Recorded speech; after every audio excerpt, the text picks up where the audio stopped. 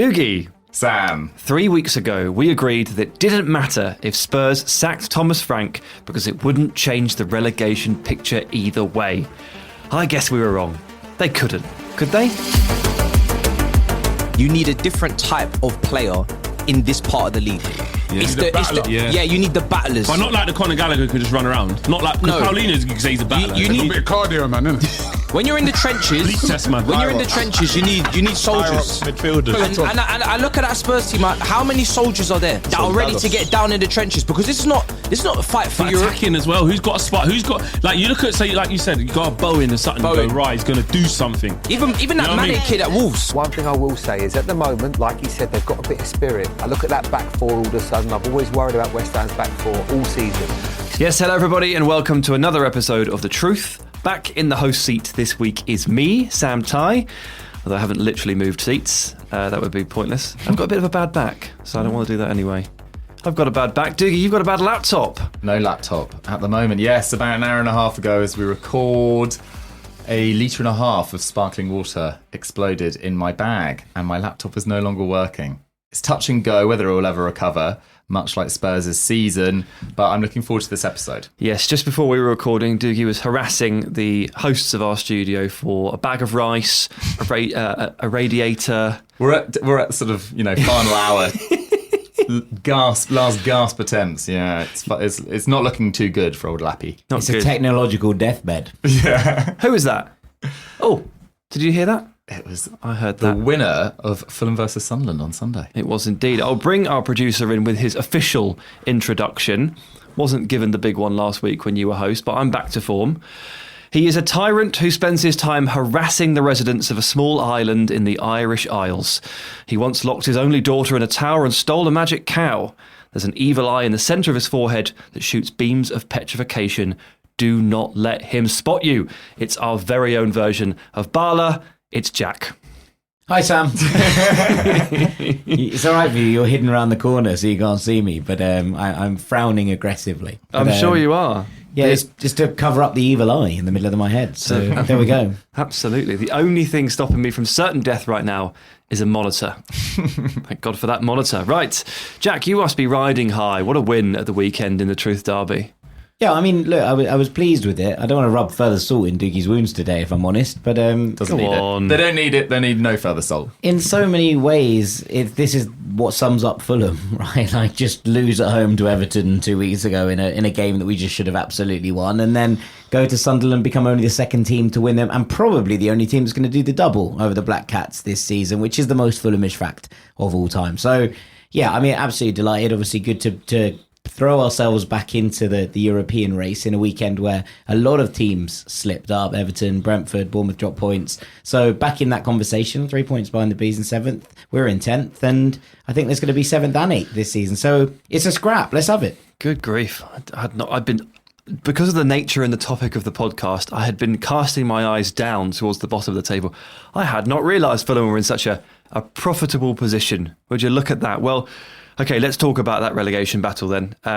It's taking on fresh twists and fresh turns, as you always expect, with just over 10 games to go. But I'm not sure anybody was quite expecting the situation we're actually in. Dougie, we talked about this in November for an episode, so I'm just going to go and take some stock pretty quickly on where we left it in November, because these were the situations that certain clubs are in. Wolves were long gone for obvious reasons, still are. They have won once all season and they are 15 points off safety. Although the day this podcast is released, they play Aston Villa in a Midlands derby at home. So could be 2 wins and 12 points off. You never know. Funny games like that. Burnley was 17th at the time. We both agreed that they were destined to fall, that they were very bad. They've fallen. Would you agree they've put up a better fight than maybe we expected them to? I'd actually say the opposite. I think I was hotter on them in November than I am now. I think they've been really poor for a long, long time. It took from the end of October, otherwise known as Halloween. They only won for the first time, I think it was at the start of February. Long, bleak winter for Burnley.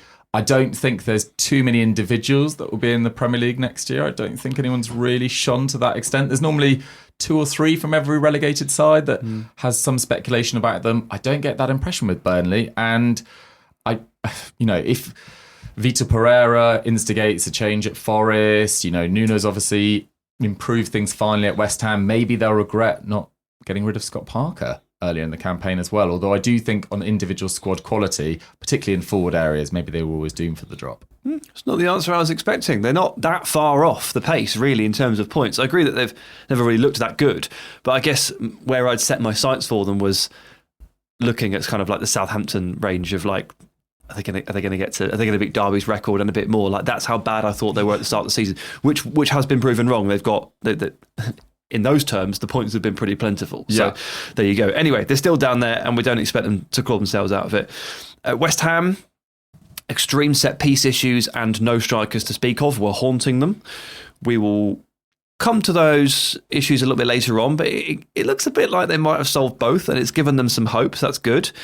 Fulham, we labelled chronically unfortunate, and turns out that when fortunes change and your luck turns, you end up fighting for European spots. Well, Jack was worried about relegation, I remember, in November. Yeah. Quite legitimately. Well, I would say that Jack is still probably worried about relegation somewhere in the back of his mind, because it'd be a very Fulham thing to do, to be relegated from here. I was until the weekend, and I think that was probably enough to make me feel that we can get to the magic 40 points. We'll be fine from here, I'd say. Okay, good. And then, so Forest, obviously still amongst it. We will talk about them a little bit later. They're on to their fourth manager of the season. And finally, Leeds. Bit of breathing room, thanks to a couple of tactical tweaks, playing more to the style that they've recruited for, and Dominic Calvert-Lewin goal splurge. That, baby. Very nice. But a club that was not involved in that discussion at all was Tottenham Hotspur. But Dougie, they are now 4 points above the drop, and their form is disgraceful. It is. I mean, it really, really is. And I think, yes, you can probably guess that they are leading this topic because, yes, they are top of the bottom set of teams that still have a chance, I would say as well, but also they're the big story of the week. You never want to lose the 4:30 game on Sunday. That's the game that most people are able to watch. It's the game that dominates the headlines for the next few days. And Spurs, for the second time this season, got humiliated by their closest rivals. And again, it was Eze, a player that they thought they had through the door in the summer before he joined Arsenal, who did the damage along with Victor Gyökeres, who, aside from a few games in recent weeks, has really struggled this season. Yeah, script writers have been really harsh this year. They really, I mean, it's just rubbing further salt into the wound, as Jack said earlier about my laptop as well. But this is even worse for Spurs than any laptop shenanigans, because only Wolves have lost more home games than Spurs in Europe's top 5 leagues this season. Get a load of that. Ooh. They are the only winless team home and away in the Premier League in 2026. Yep. This was Arsenal's biggest win away against them since 1978. They've only won 4 of their last 28 home games. And just to just humiliate them further, they had 9 shots in 2 league games versus Arsenal this season. That was their lowest against a Premier League opponent in 2 games since Man City in 2019-20. And Man City at that time were a phenomenal side. And actually Spurs the year before that had knocked them out of the Champions League. So it felt like they were at least still going places under Mauricio Pochettino at that time. Yeah. Now Spurs feel really, truly lost, Sam. And there's reports today that have come out that Conor Gallagher is on £200,000 per week. And it feels like their whole strategy is teetering. The whole club is teetering. And unlike West Ham and Forest, they don't really have any players in great form. And they don't really have any players full stop. Yeah, so they don't really have many players that fit right now. The Gallagher wage was known when he signed, because like this whole topic came up when Villa went in for Conor Gallagher and then Spurs. I don't remember it. Maybe it's because you're a Villa fan. I didn't know he was going to be paid £200,000 a week. So Villa offered a pretty modest. They're under UEFA sanction. They can't offer anyone £200,000 a week. It became a bidding war that Villa were destined to lose, because when Conor Gallagher is presented with £200,000 a week as an offer, and Spurs can offer €40 million up front, and Villa can offer a loan with an option, it's not a bidding war anymore. It's just a deal for Spurs to take. So, I mean, obviously that came out at the time, and I was like, oh, that's a lot.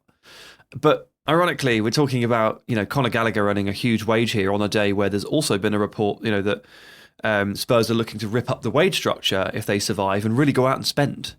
It's like, well, that's also probably the wrong idea, because you can have a wage structure and be successful still. Like Chelsea have a wage structure and Liverpool have a wage structure, and they're actually quite clear on those structures. So it doesn't preclude you from success because you have a wage structure. But this just feels like another situation, like another day where something comes out about Spurs and you're like, that doesn't make any sense. And it's really hard to get the feeling that anything is going right for them. And I don't want to zoom in too heavily on one moment from the weekend because it's dangerous to do so. But obviously there's this video going around of Igor Tudor trying to get his defenders to push up and I think spread out as a back three. Nicky van der Ven, amongst others, but chiefly Van der Ven, don't appear to be listening. Not that interested in doing what he's asking for, and Tudor's getting really visibly frustrated on the sidelines. Again, it's just a microcosm, like don't index too heavily on that, but when you stack it up with all the other things, so as you've already said, you've got no wins in 2026 in the Premier League, there's a mountain of injuries, 5 goals conceded in the 80th minute or later this calendar year, including Semenyo 94th minute, Wilson 92nd, Gyökeres 93rd, so very late. The bench against Arsenal this weekend was 5 teenagers. One of them has ever played Premier League football. That's Sousa, who joined in January from Brazil. He's played 67 minutes of Premier League football. The other 4, not a minute between them. Club captain Christian Romero has done multiple Instagram rants against the club this season. There's been a story about sponsors pulling out, which I think is a little bit disingenuous. Sponsors come and go, contracts change. But it's like every day something happens. And there's a guy on Instagram who does a day in the life of Spurs. He does these walking around videos and talking to the camera. They're comedic. They're very good. He's just had so much content to draw upon because every single week something horrible happens to Spurs or something really bad goes wrong. It's actually beyond belief at this point. The amount of stuff I see that I'm like, that's wrong, that's bad, that's awful, that's unlucky. It's just all snowballing, isn't it? It really is. I mean, only Burnley and Wolves have picked up fewer points than Spurs' 12 across the last 17. 12 points in 17. That is relegation form. And actually, the next worst is West Ham and Sunderland, who are on 18. So they are quite cut off from the other sort of sides that would be in the relegation mix if Sunderland hadn't had such a brilliant start. We mentioned Jack feeling safe. If Sunderland hadn't got off to the start they did, I'd be very nervous right now. Sure. But it took Spurs' board until the 11th of February, the day after that 2-1 defeat to Newcastle, to finally pull the trigger on Thomas Frank, despite only winning 2 of the previous 17. And yes, there was that really difficult run of games with City and Newcastle and Man United just before Igor Tudor's arrival against Arsenal. Maybe they thought, we are unlikely to beat Arsenal, but maybe the managerial change will get something going in the same way that Liam Rosignol and Michael Carrick have instigated a certain amount of change at their new clubs since arriving in 2026. And maybe there'll be a reaction, but there just wasn't against Arsenal. No, there was nothing really. It was a lost performance, wasn't it? I appreciate this is against a team that has been in top spot in the Premier League for months now and has been the best team in the league so far this season, may well end up and going on and winning the title. I appreciate that's a hard game, but it was a genuinely very concerning performance, and it's the first one under Tudor. So you're looking for like flicks of positivity, flickers of life, and there just wasn't really a lot happening. The first 30 minutes in particular, I was a bit appalled, to be honest with you, at what they served up. And when you see him getting frustrated with the players, he had a full week with them because they got him in over the FA Cup weekend, so they had no game that week because obviously they're out of the Cup. He's had plenty of time with them on the training ground here, and his ideas are pretty set in stone. He's always been a back 3 guy, often been a front 2 guy. He has not compromised on his strategy. He's dealing with a lot of injuries. He's just kind of slotted pieces in and gone with the system that he likes. And the first bit of evidence we have is that the players aren't necessarily responding to it too well. And we have literal evidence of Van der Ven kind of ignoring it. So that doesn't feel good. From an outside perspective, I was very reluctant to put Spurs in this conversation, even as recently as a month ago. And that's coming from probably one of the first people, I'd say, me, to really doubt Frank and Spurs this season. I was a bit of a doubter earlier in the season, but I wasn't thinking this is going to happen. But now it does actually feel like the walls are crumbling down, and every week just something happens. And the word tailspin is used a lot when this sort of thing happens, when you're talking about relegation fights. And I think Spurs are in a tailspin. I think they are the play that goes wrong right now. And they are going to need some help from somebody else in order to get out of this. Yeah. They'll need also one of their sort of remaining fit players to really step up. And we saw glimpses after about 15 game weeks or so that Xavi Simons was getting to grips with the Premier League. I'm not by any means putting the blame for all Spurs' problems on Xavi Simons. That would be immensely unfair.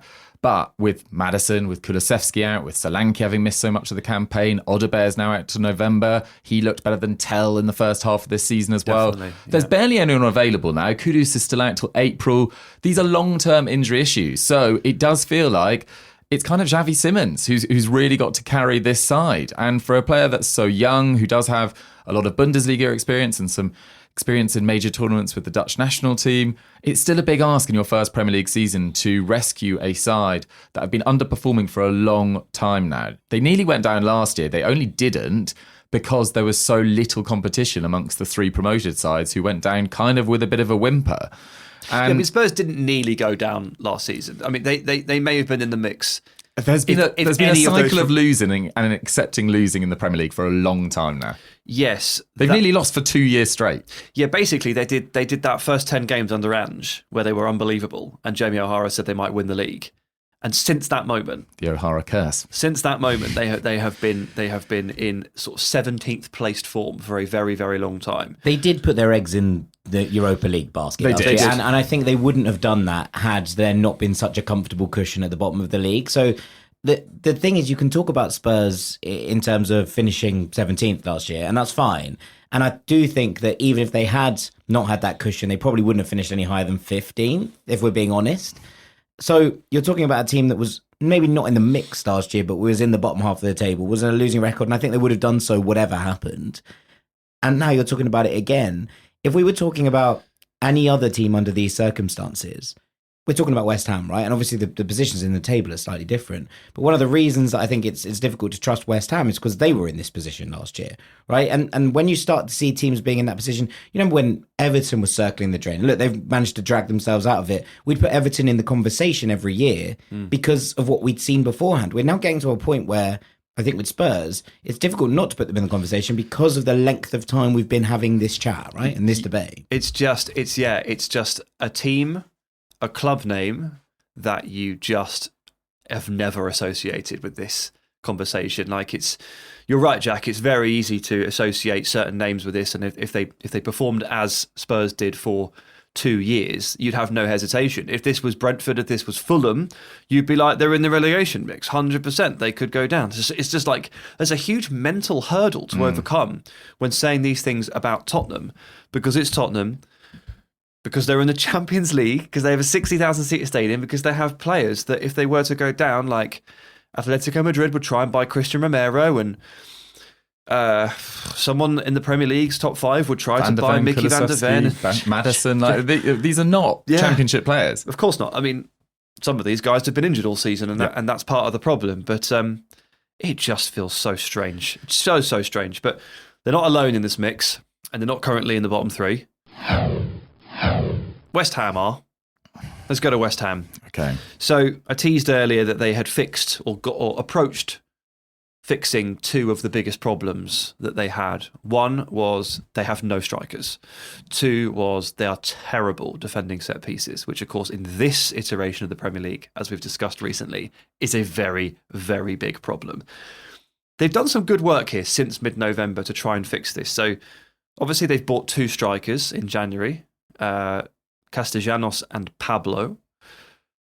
They've scored 1 Premier League goal between them, but that doesn't really tell the story. The most important thing is they've run, they've occupied, they've harassed, they've fought, and they have allowed West Ham's wingers to become primary goal-scoring threats.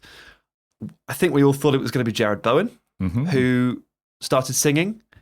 It's actually been Crescencio Somerville. He's been amazing. He's been absolutely amazing. And actually West Ham's form over the last 6 games, really, really solid. They've only lost 1 of their last 6. They've taken 11 points in that time. That's 6th in the league over the last 6 games. Really good stuff. And, Chelsea and Man United are top, and I think Man United's actually top, on 15. So they've taken pretty much as many points as basically anyone in the league, aside from the very, very best. And even at the weekend in that 0-0 draw against Bournemouth, they created 2.3 XG. Bournemouth got 0.5 as well. The week before that against Man United was struggling to get back into that game for long periods of it. Yeah. They beat Burnley, they beat Sunderland, sides that probably on natural talent are in around them as well. They nearly beat Chelsea. They were 2-0 up against Chelsea. And that actually, I watched that and I thought, wow, they've done really, really well in that game. But that is really demoralising. And actually, it hasn't knocked them at all. They've just kept on going. It didn't seem to, no. And they lost Todibo there to a red card at the end. And you think that's another thing that might start pulling them down, but it hasn't happened. And Disasi's come in. He's been pretty solid. Mm-hmm. Not spectacular, but just like he's been very Axel Disasi. He is what he is. Better than Max Kilman this season as well. Yeah, for sure. And these fixes started to be put into place before the window, but Disasi has helped again with defending set pieces. My stat for you today is, you always impress me with stats. Oh, as you know, I always run away and try and get impressive stats to impress you with. Since mid-November, which is when we took stock of the relegation battle last, West Ham have the 4th best record in the league for expected goals against from set plays. Really? Yes. Like that, Sam. Yeah, Man United are leading the league here with just 0.96 XGA in set-piece situations, which is phenomenal stuff, really. West Ham are on 1.11, so just 0.15 off Man United here. They're the 4th best in the league. And to give you an idea of the scale, the worst team in the league over this period has conceded 3.54 XG from set plays. It's Fulham. Really? It's Fulham, yeah, which is something that Jack complains about quite a lot, actually. Not getting up to speed with the meta, I guess, the long throws, but the corners and stuff as well. Jack's moaned about it quite a lot this season. And there's your proof. They're not coping with these situations very well, but West Ham suddenly are. So if you add 2 strikers to the mix, you bring your wingers to life and give them a bit more space and license to shoot, and you fix your big frailty defending set pieces, it leads to a run of, well, quite a lot of points. They've lost 1 game in 6. They have 11 points over this period, which is really phenomenal for a team who were down so bad. And because they have 11 points in the last 6 games, it means they have gained 9 on Spurs during that time. And the gap is now pretty negligible. So that's since the 17th of January. They've gained 9 points on Spurs since the 17th of January. Can they carry on closing the gap? I mean, presumably the answer is yes. Yeah. No, I definitely think so. I think another player that we haven't really given enough credit to is probably Mateus Fernandes as well in midfield. Oh, hell yeah. Particularly in that game that I went to see live where they absolutely steamrolled Sunderland. 3-0 at half-time. He was phenomenal. He kind of ran the show the whole game. Thomas Souček started scoring again. They've got more legs in midfield. They look more organised. They've got players that are scoring goals. And credit to Tati Castellanos as well, because when he arrived, I thought, that feels like a bit of a West Ham sort of January move, sign someone out of Serie A who hasn't necessarily been pulling up any trees at Lazio. Lazio haven't had a great last couple of years as well. But he's put himself about, and I think he, as you say, created space for others, plays with a serious amount of intensity. And I think players like Somerville in particular have absolutely thrived off it as well. Somerville has started doing... My gripe with Somerville, obviously he's got a lot of talent. My gripe with him over the years has always been that he ends up spending all of his time in really non-dangerous areas, doing loads of step-overs and flicks and jinking moves 40 yards from goal. It's such a waste of effort. And the big change for him in the last 6 weeks or so is that he's started doing all of that in the opponent's box. Yeah. Oh, how much more dangerous he's become. Absolutely. He's stopped messing around 40 yards away. And he's been on an incredible run. 5 games in a row he scored in, 1 in each. Incredible consistency. Add to that, Bowen, 2 goals, 2 assists in a little spell. Really nice.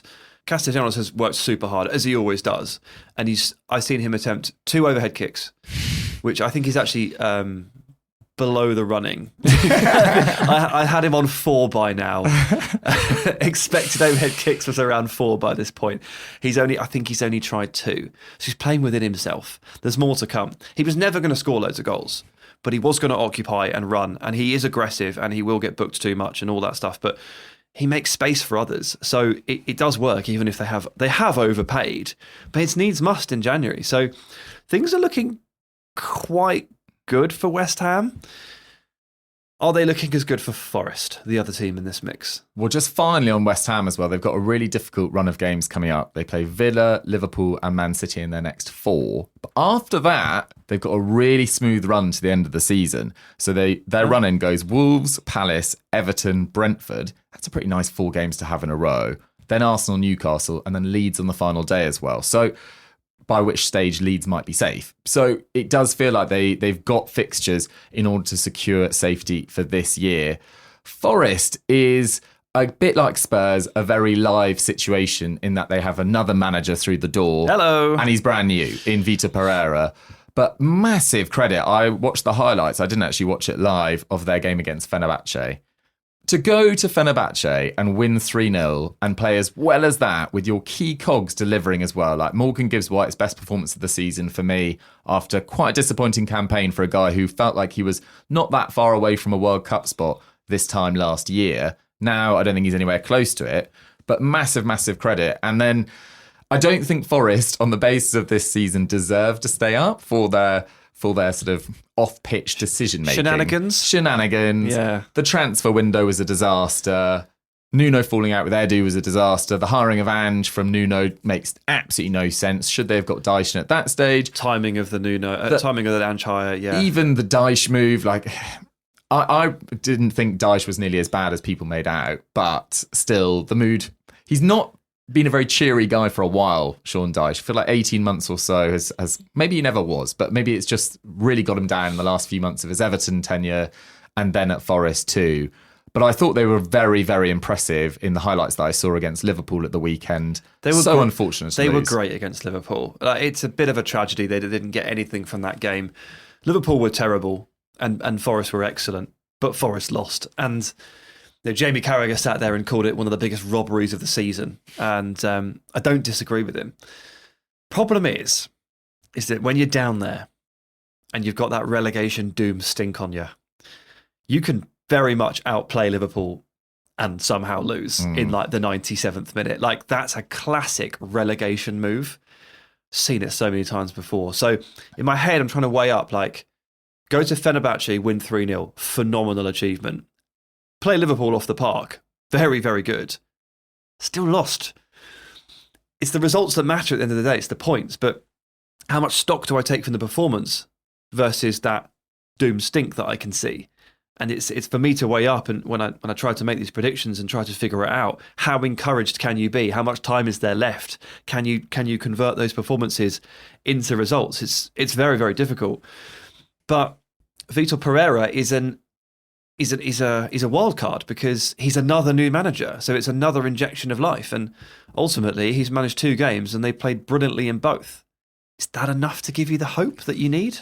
Quite possibly. I mean, he's very, very different character from Sean Dyche, isn't he? You know, adds that same level of intensity potentially on the training pitch, but in terms of his positivity that he brings around the club, you know, the pints for points thing, that sort of stuff does work when you're really down and in it. It also works when you're really good. Do you remember when Antonio Conte was winning game after game with Chelsea, and they made a whole thing about how he would let them have a beer and a pizza in the changing room after each win?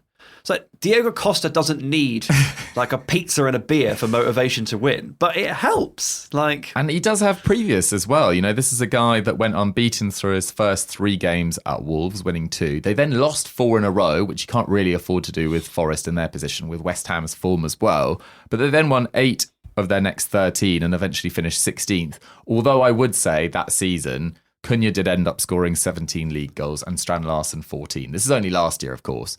And it's difficult to imagine a Forest forward delivering to that extent when Chris Wood is not fit. Yeah, goals are feeling like a bit of an issue. They've finishing.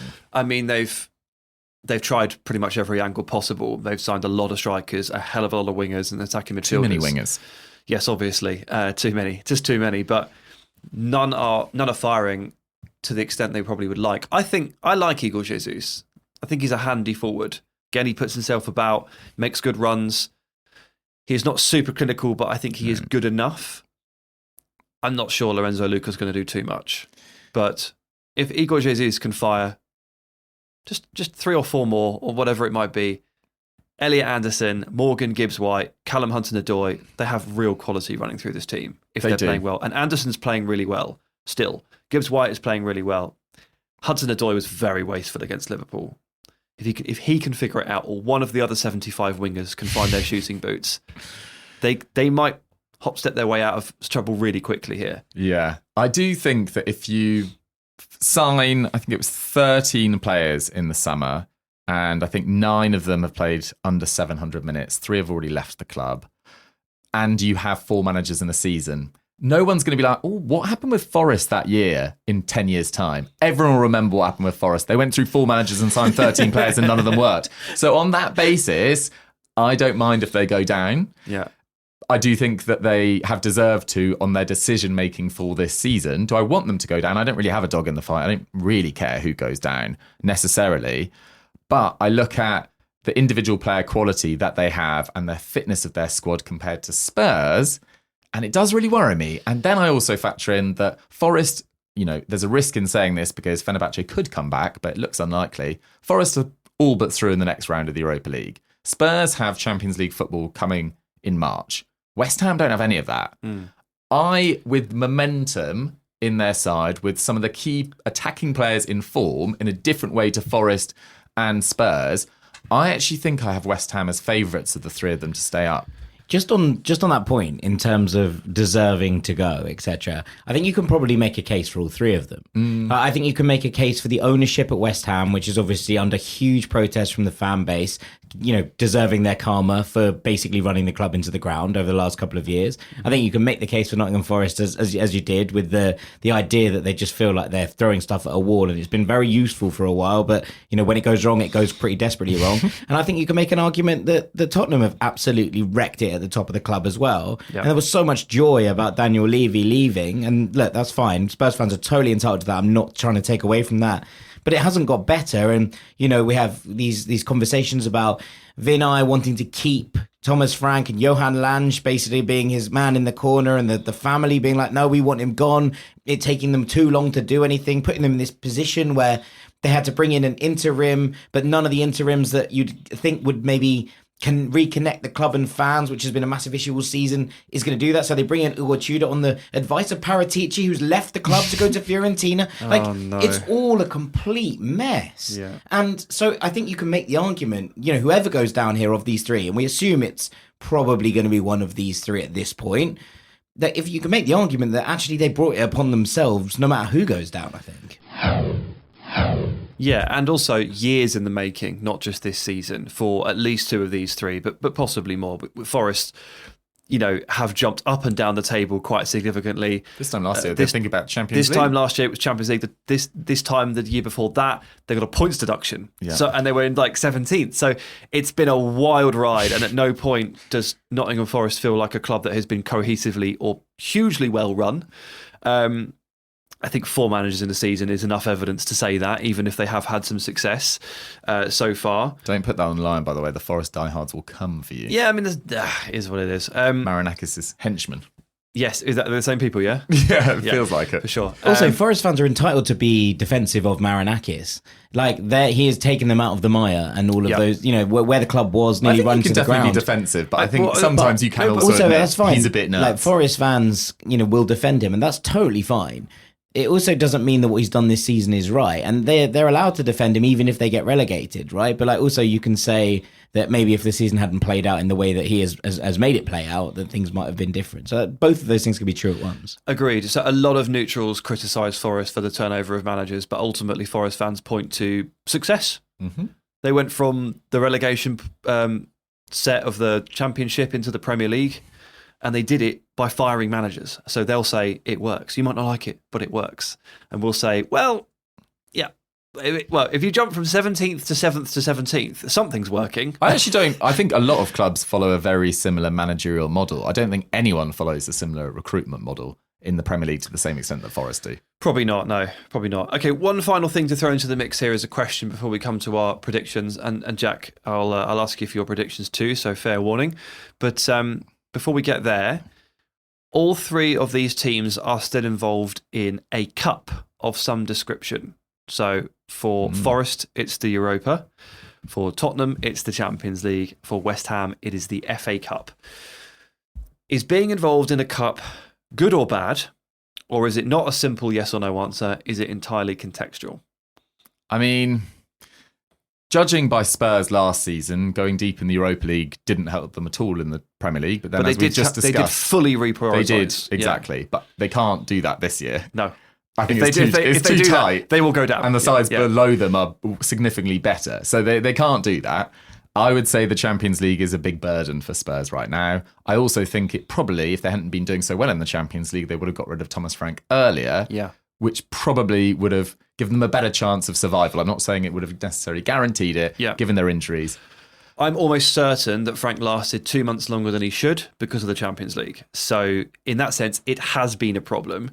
Will it continue to be a problem? Yeah, I think it could well be a problem, but I think they'll probably go out in the next round in the last 16 and then they're done in March. But are the fixtures around those games, do they suffer? I think they've got Fulham, Palace and Liverpool in the next 3, and they must pretty much take them to the Champions League territory because there's international breaks as well. So that is not the easiest, but at the same time, Liverpool have been very up and down. Palace have been in dreadful form. Fulham probably on paper right now feels like the hardest of those 3 games. In terms of Forest... Probably Palace, but yeah. Maybe. In terms of Forest, they've got a big enough squad that they can kind of rotate pretty heavily for the Europa League.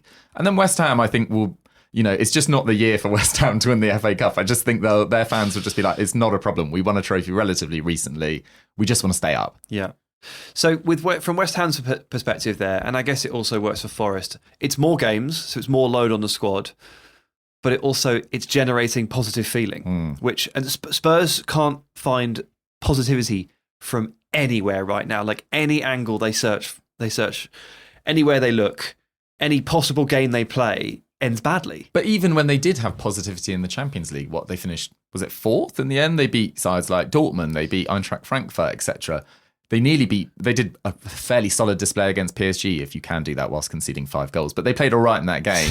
It didn't make any difference in the Premier League. That's true. It didn't help. I don't have an answer for it. I don't think there is an answer for it. But it's funny how they're all involved in a cup competition, and you could probably subjectively say for some it's good, and for others it's bad, and it's entirely dependent on the situation. I'd get out, all of them. Just get out. Just get out. Just get out. No cup wins. No way. Okay. Well, I think the last thing for us to do here is to deliver a prediction. So, as we sit here, there are 11 games to go in the Premier League. So there's plenty more to play out. I'm not going to hold anything against either of you if you get it wrong, and I hope you reciprocate that feeling, because a huge injury could change everything, as it has for Spurs so many times this season. Like if Morgan Gibbs-White goes down at the weekend, everything changes. The same can be said for Jared Bowen. But let's assume that what we've seen over the last month or so is what we're going to get. What happens? Who goes down? Okay. I think that 20th and 19th, we're not even discussing them. Yep. Wolves, Burnley, bye-bye. I'm afraid. In 18th spot, I think it's Forest. In 17th, I think it's Spurs. In 16th, I think it's West Ham, if I had to say right now. I think Spurs just survive. Jack? So I'm going to come against you here, Dougie, not because I actually think that you're wrong in terms of your logic. I just think West Ham might have left themselves a little bit too much to do. And only 4 points. I know it's only 4 points, but equally... Well, it's not even 4, is it? It's 2 points. They have Liverpool at the weekend, and it wouldn't surprise me if Spurs won at Fulham. And I feel horrible for saying that, but I've cursed it now by basically saying that we'd probably win that game. And I never say that. But it wouldn't surprise me if Spurs beat Fulham and then West Ham lost to Liverpool. Those are perfectly reasonable results, in their own right. And that would then take that gap to something different. Now, Forest's next couple of games is relatively tricky without being, absolutely impossible. I just wonder if their depth of squad is going to save them here. And that might be the factor that plays into this, in that they can call upon different options. Whereas I think with West Ham, they feel like they're running something back. And the fact that they didn't score and didn't win that game against Bournemouth, despite playing really, really well at the weekend. And I know you can make an argument for Forest, but that's against Liverpool, who, not brilliant this season, are still reigning champions. Mm-hmm. They're slightly different games. I think West Ham need to win those kind of games. They need to win your Bournemouths at home if they're going to drag themselves out of this mire. And the reason that they're in that mire is because they left themselves with too much to do to begin with. The Wolves loss and all of that chaos. That's the only reason I have them, staying where they are, because I think all of these teams will actually pick up points towards the end of the season. But I just feel like maybe we might end up with the league table looking exactly like it is now. 2 points between West Ham and Forest, 2 points between Forest and Spurs. So I'm going to say West Ham, although I agree that with Sam's thing at the top, that maybe there is just something in me that's like, Spurs can't go down. Surely they can't go down. Too big to go down. Yeah. But Villa have gone down in recent years. Newcastle have gone down in recent years. West Ham have gone down when they were too big to go down. This is what I mean. I don't think that exists. And I actually don't think it's a terrible thing for the league if Spurs do go down. People have been like, no, it's a good thing for the league if the biggest clubs stay in the division. I think a warning shot that if you get it wrong and you don't, address the issues that are there in your squad and you make the wrong decisions, you can be punished for it. That's ultimately what it should be like. And I've come to the conclusion that that's what's going to happen. My prediction is that Spurs go. Really? Yeah, I genuinely. I mean, who knows what happens? But based on what I've seen since the turn of the year, good God, they are just horrendous. And I agree with you. I currently consider West Ham to be the least likely to go down. As wild as that sounds, I don't know whether I'm being too swayed by form on that though. And Forest. Oh, can they outdo the relegation doom stink on performances? I kind of suspect they can. Whereas Spurs, everything just goes wrong all of the time. They are this house of cards, and it's falling. I can barely believe I'm saying this, but I just watch them and I just think there's nothing there. And when I watch the other two, there's something there. I still can't believe I just said that. No, I think there's definitely logic to it. I mean, I was looking because Jack mentioned Forest fixtures, and I think they're the only side that I didn't mention their fixtures. Obviously, got Fenerbahce this week prior to this podcast coming out. Then it's Brighton away on Sunday. Big game. Obviously, Brighton have been dreadful recently. Brighton fans kind of wanting Hertzler out the door. They've got Man City away in midweek next week. It's not a good time to be playing Man City. Then you guys, Jack, Fulham at home. Then Spurs away on the 22nd of March. Spurs host Forest. That feels massive. God, the build-up to that is going to be absolutely huge. But they finish with Newcastle, Man United, Chelsea, Newcastle, Man United and Bournemouth is their May games. So basically, honestly, as you've read out all these fixtures, throughout the podcast, you've been referencing fixtures and runs. I'm at the point here where, right, for basically any team in this league, there's no such thing as an easy fixture or a hard fixture. They're all just pretty tough. Yeah. I really am beyond the point where I can look at the Premier League fixture list and think, that's a good run. That's a nice run. Oh, that's a tough one. Because it really does. It feels like a bit of a coin flip sometimes. Well, there's depending 6 on the points day. still between Brentford in 7th and Brighton in 14th. And the vibes and review of Brentford and Brighton right now couldn't be any more different. Absolutely. And I've watched Villa go through patches this season where I'm sure you'll remember, but according to the Opta analysis of the fixture list, Villa had statistically the easiest first 5 games of the season. Remember how that went? Didn't win one. Didn't win one. Barely scored a goal. Yeah. Scored one from Matty Cash at the Stadium of Light. That was it. And then went through the horrible run and won 10 games in a row. And recently have dropped points to Bournemouth, to Brentford, to Leeds, squeaked to win against Brighton. I can't wait for the next big game. Everton, lost to Everton. Beat Newcastle away. Oh, no problem. But all those games you're supposed to win, didn't win them. Honestly, I just don't even look at the fixtures anymore. I've just given up. What I'm really glad on reflection is that we had a pretty decent, this is Sunderland, obviously August, September, October. Here we go, he's going to curse his team. But we had a really good December and January when everyone was gone. We kept on picking up draws. You told us, Jack, how many times did he tell us? All through August, September, October. Wait till AFCON. Well, December, January, it's a tough one. AFCON, the fixtures were hell, but we kept on drawing games. It's when we drew at Anfield. It's when we drew against City. Yeah.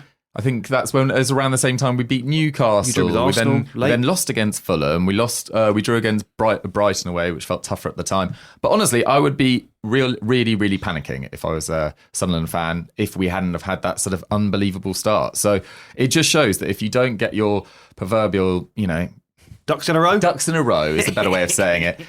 Early enough in this season, it can leave you the most terrifying February, March, April, May. It really can, and these 3 teams are fully feeling it.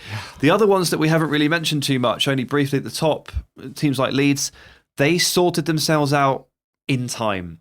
We had them all going down. No, these guys, Leeds are not out of this conversation. No, they're only 2 points above Spurs. It is worth probably talking about, although I just have much more faith in them. Exactly, and they're technically 6 points above 18th. They are by no means out of this conversation, and you can stretch it up to 10 points if you want, and loop in sort of Brighton and Palace, who have had their difficulties, but we're up into the 34-35 point region there. And from Leeds' perspective, I mean, they've lost 2 games in like 3 months. They have figured it out. They're a very strong side. Anton Stack is God.